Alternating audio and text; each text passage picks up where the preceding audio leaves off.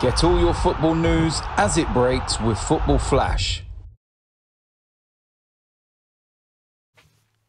It's cuffing season. Yeah, anyway, we're going to talk about Arsenal. Arsenal versus Wolves. Hello.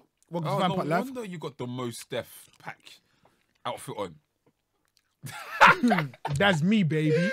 Anyway. Oh, okay. That's off-air conversation right there. I ain't gonna lie. Anyway. Let's go. Arsenal. Guys, Arsenal. 0203606315. That's the number to call. Fuck. I'm here. Dropping more points. We dropped more points, bro. How? Why? We need to figure out this Lacazette Aubameyang dilemma. We do. Listen, I think if there's one pattern that's been very, very evident, it's the fact that we can be average to poor first half and then galvanize, come back. That's right. It's the same case today. Wolves, listen, man, Wolves are a team that within a season or two could be challenging for a European spot. Yeah. Actually, no, because Europe is top 6, not top 7, is it? Yeah, nah, yeah. It's top 6. Yeah, okay. Nah. No, that's a wild hot take. Let me. Wait, 6 might be automatic qualification. 7, I think you go to a playoff. I think. I can't remember. I think they're a team that could. But they could be up there, really. Top 8. Yeah. So Wolves are a good outfit. Tough defense, struggle to score goals, but tough defense. And scoring goals hasn't been a problem for Arsenal this season. You know, we've been scoring a lot, but that's 4 draws on the bounce. You know, every time I've spoken about Arsenal, generally speaking, it's the same issues that have come up today. Xhaka and Terrell were excellent against Liverpool last week, but I feel like that game suits that pairing in a sense of it's more protective. Yeah, they're tougher. Games like this, though, where we're really trying to break a team down, I've said it, I've campaigned for this hard. Torreira, Guendouzi, we need to play our most creative players and we need to play our most attacking players. That hurts me. Why? Because I love Xhaka. Don't do that, man. Please don't do that. I think at the same time, see, this is why I can't really feel a way about this draw, because not to say that, listen, I expected a win. Let me be very honest with you. Of course. But at the same time, I've also been very, very realistic about my expectations and my just opinion of Arsenal so far, even during that 11-win streak. Because if you actually looked at who we're beating, it seems we should have been beaten. Yeah. Really and truly. So, yeah, you have people that say you can only beat, you know, what's put out in front of you. But I think even in those victories, our flaws were very much evident. Yeah. And it's not that, like, what happened today isn't that much of a difference. I watched a large majority of the game because obviously it was difficult to do it with the City game on. But, yeah, it's just, like, let's crack on. It's literally that's my reaction. Let's just crack on. Let's move forward. We didn't lose. We've got the draw. Let's move forward. In fact, we'll take a couple of calls first. Are there any calls, Joanne? Okay. Hello, you're through to FanPark Live. What's your name? My name is Majid. Hello, Majid. How are you? Okay. Good. What do you have to say? After the City performance was absolutely wonderful today. And what about Arsenal? I don't think you meant to talk about Arsenal today. And what about you, sorry? Did you watch the City and United game, or did you watch the Arsenal-Wolves game, or did you watch both? I'm a City fan, so I watched the City game. Okay, let's have a quick word, because we're covering the Arsenal game at the moment, but we'll hear your thoughts on City real quick. Want me to give my opinion on Arsenal, yeah? No, if you didn't watch the game, I don't think I can really ask you about that, but feel free to talk about City I shortly. didn't watch the game. I believe Arsenal are hopelessly rubbish, and they're not going to get down for. And City are just. Get out of here! Get out of here! Yo, keep the calls coming if you got some lined up. Right, me. Sorry, Majid, I can't lie to you. You missed the City segment, man. That's hopeless and rubbish. What's happened? My brother. Oh, no, do it again. I put on Do Not Disturb. Did you shake the thing? I don't want to see any wild reactions from Arsenal fans today. Can't lie to you. Hello, you're through to FanPark Live. What's your name? Who do you support? Yeah, hi there, Adam. How you doing, right? I'm good, thank you. How are you? Yeah, not too bad. Chris, how you doing, right? You're not too bad yourself? I'm a Liverpool fan. Okay. Just wanted to quickly brush over, all the games today, if that's okay. Yeah. Start with the Arsenal game if you can. Okay, the Arsenal game. From what I saw, Arsenal were very lucky. They were under the cosh a fair few times by Wolves. So a point against Wolves, it's not a bad result. No. Yes, I think your exertion over Thursday and Sunday is now catching up with you guys. That's a fair point as well. Yeah, you're right. And the early game today against Liverpool v Fulham. Routine wins. Fulham at 3 home. points at the end of the day. You have to beat the team that's in front of you. You do. We're still in league title contention, 2 points off City. Mm-hmm. I'm not gonna lie to you though. The only thing I'll disagree with that is that I don't think this season that's gonna work. What? Because I feel like Liverpool. Aren't we? We're not like Man U.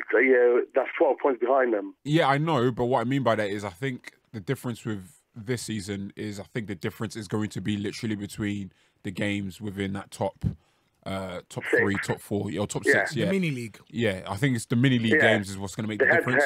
Because Chelsea, I mean, Everton results aside, Chelsea, relatively speaking, have beat the sides they were supposed to. Liverpool have beaten the sides that they've been, supposed to be beating, and you're still not miles off City, but we're 2 points. Yeah, but City are beating and everyone. we still need to face City at the Etihad. Yeah. Yeah, and we quite easily go there and beat them. Okay. Quite easily? Okay. Yeah. Well, sort of, we proved it in the past. I don't think that's going to be that type of matchup this year. And all that sort of stuff. So, okay, let you finish that. The Chelsea game, I was really, really happy that Everton done us a favour. Mm-hmm. Obviously, was expecting them to put that result out the bag, but fair play is on Everton. Okay. Yes, hopefully they take more points of our title rivals. And in regards to the Man City game, where do I start? Terry, let's keep it brief because we're supposed to be covering Arsenal. But go on.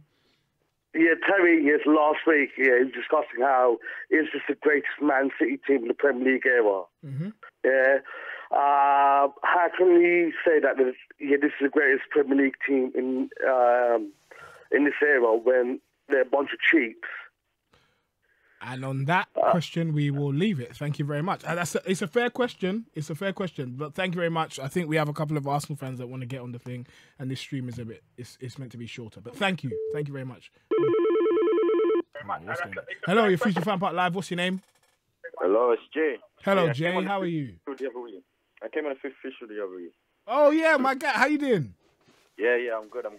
Wait, let me turn this down. Thank you. So, I'm an Arsenal fan, if you remember. I remember. Today's match, we were kind of on ropes for the first half. Yeah. And then we kind of grew into it in the second half. Because basically we were chasing the game, so we were left open at the back in like the last 10 minutes. And it's just a bit nervy, and I'm just hoping. Because the thing is, compare this to like Bournemouth last year or Swansea last year. Mm-hmm. We lost those matches, and it's just like, I just got to look at the positives and think to myself, we drew against Palace, we drew against Liverpool, we drew against Wolves today. Yeah. But we could have easily lost those matches, so I just got to take the draw rather than a loss. I hear that. Do you think that's a team we should be beating or... Well, I mean, yeah, because like we say, we all can appreciate how good Wolves are this season. So... Yeah. Is they held... Man United, they're in the best form this season, but there's, away at Old Trafford, they held United to a draw, they held Man City to a draw, and overall they've been good this season. So I feel like we can't exactly treat Wolves as a newly promoted side. Yeah. But just because, Jay, just because they're not a new, I think before the first ball was kicked in this Premier League season, most fans expected Wolves to be better than what you consider a newly promoted side would be. A lot of people said, if anything, that Wolves team is building towards being a potential European contender in terms of contending for European spots. As I said earlier, maybe not within the first season, but definitely within the third to fourth, if they were to keep the nucleus of their players. But obviously, we know what kind of operation we have over at Wolves. I think my issue is that, listen, Man United should have still beaten Wolves. As good as Wolves were against United, they should have beaten them. Home or away, you'd expect Man City to beat Wolves too. And I feel like Arsenal, any team outside of that top 6, when we are at the Emirates, we should be expecting to beat them. And I think it speaks to a bigger issue. I think the bigger issue is that why can we not start games with the intensity that we can show in second halves? Like that is. That's a problem, man. I feel like we compared to the Liverpool match, we came into that match knowing Liverpool big match and everything. And you can maybe say we got a bit of complacency and thinking Wolves are not Liverpool, so we're not really as excited, we're not as pumped, we're not as focused. And I feel like that's kind of the mentality we had under Wenger previously. I feel like we're slowly moving out of that mentality. Yeah. Compare our second half performances, for example. But I mean, you mentioned earlier about the Aubameyang and Lacazette situation. I feel like we need to address that situation that's going under the radar right now, but it could be a bit of a problem in the future. Like we need to have a plan for one of them. It's just like, listen, man. Aubameyang is best as a centre forward on the shoulder. Lacazette is best player for Arsenal anyway. When I feel like there's another forward alongside him, it allows him to move into different spaces. He doesn't have to be the focal point, and he can offer more that way. The issue is that how do we try both of them up front and maybe have Kolasinac as a wing back, because Kolasinac on the left as a wing back, Bellerin on the right, they both are really going forward, but sometimes could be a bit suspect defensively. So putting them as a wing back surely would be the perfect thing. Yeah, but we don't have 3 centre backs to start. Mustafi, Holding, and Socrates. And then who you play centre mid? Pardon? Go on. Yeah. But my thing is, it's not even so much the formation. I think it's more so, is there a way we can get the best out of our better players? Like, it doesn't matter what formation you play. You have to play with 2 attackers, right? That's Aubameyang. That's Lacazette. What formation allows us to play the way Emery wants to play to the best effect, but also gets the best out of every player, not just the strikers? Say that again? I don't really think he will go for 3 at the back anyway. So it will probably have to be a 4-4-2, but that's a bit old school, which I don't really know.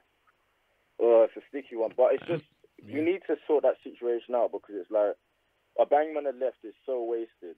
Like it's a massive waste. It's a massive waste. He's just out of position. Therefore. Jay, thank you very much for your call. When are you coming on TFO again?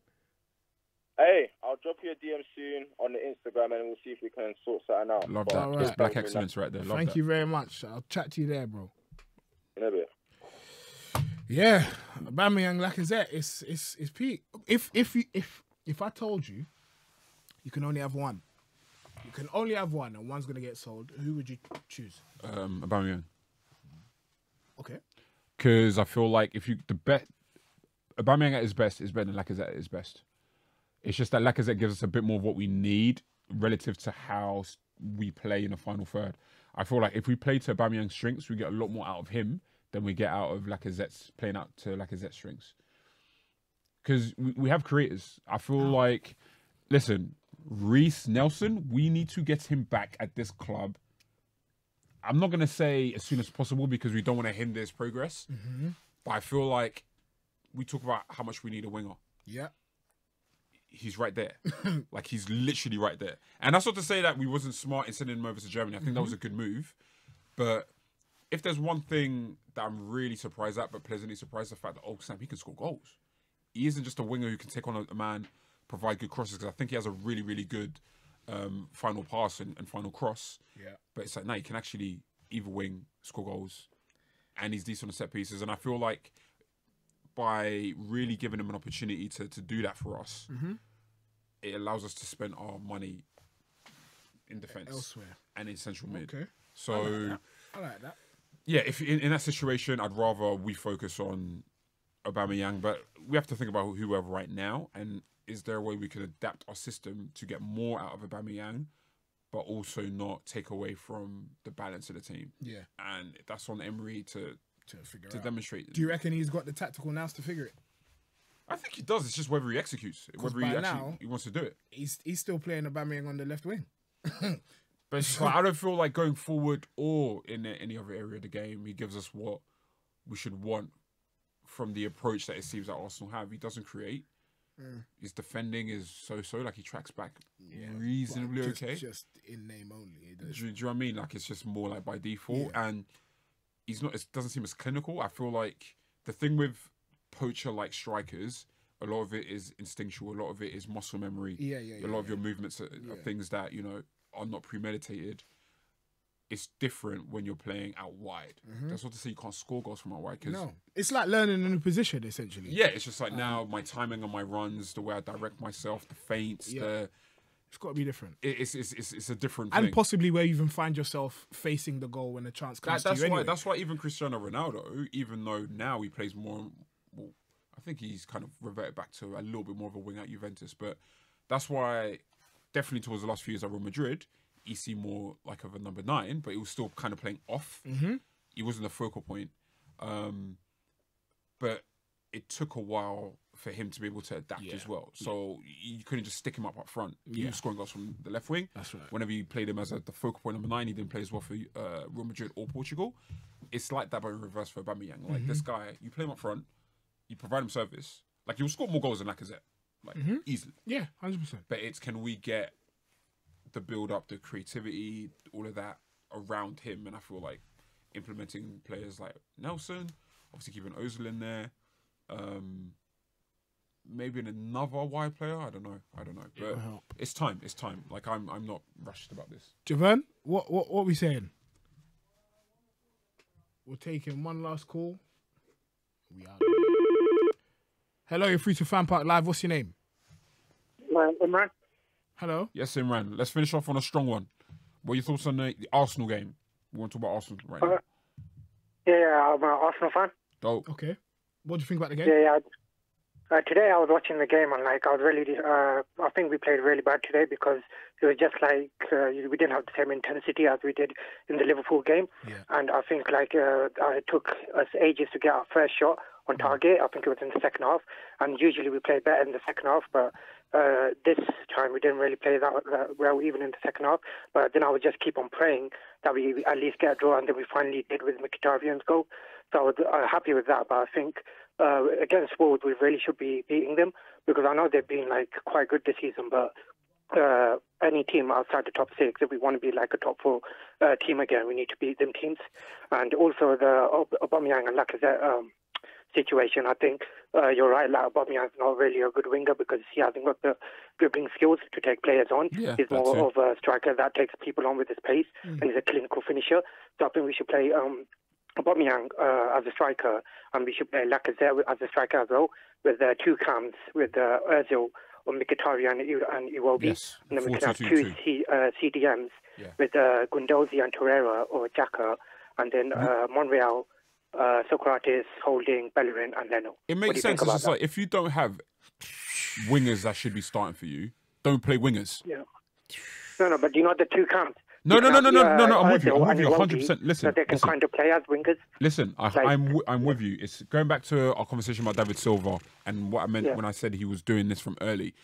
That season where it was Aguero and Tevez up front, and they had Nasri and David Silva playing as 2 floating cams, and they had De Jong and Yaya Toure. It's that 4-2-2-2, because our width comes from fullbacks anyway. You know, so I'm with you, Imran. Great call, thank you. That was a great call. Thank you very much. Oh, okay, thanks. Didn't you say one more? No, he said wrap it. Okay, cool, guys. Thank you very much. That's it from us. We're gonna be out. Chris has got to go do some stuff. I got to go do some stuff. Javern has got to go do some stuff. We'll see you guys tomorrow. See you tomorrow. Well, I certainly won't. But the mass debate. Wait, Monday mass debate. Yeah, Monday mass debate. Guys, thank you very much. Get your diction right. Get all your football news as it breaks with Football Flash.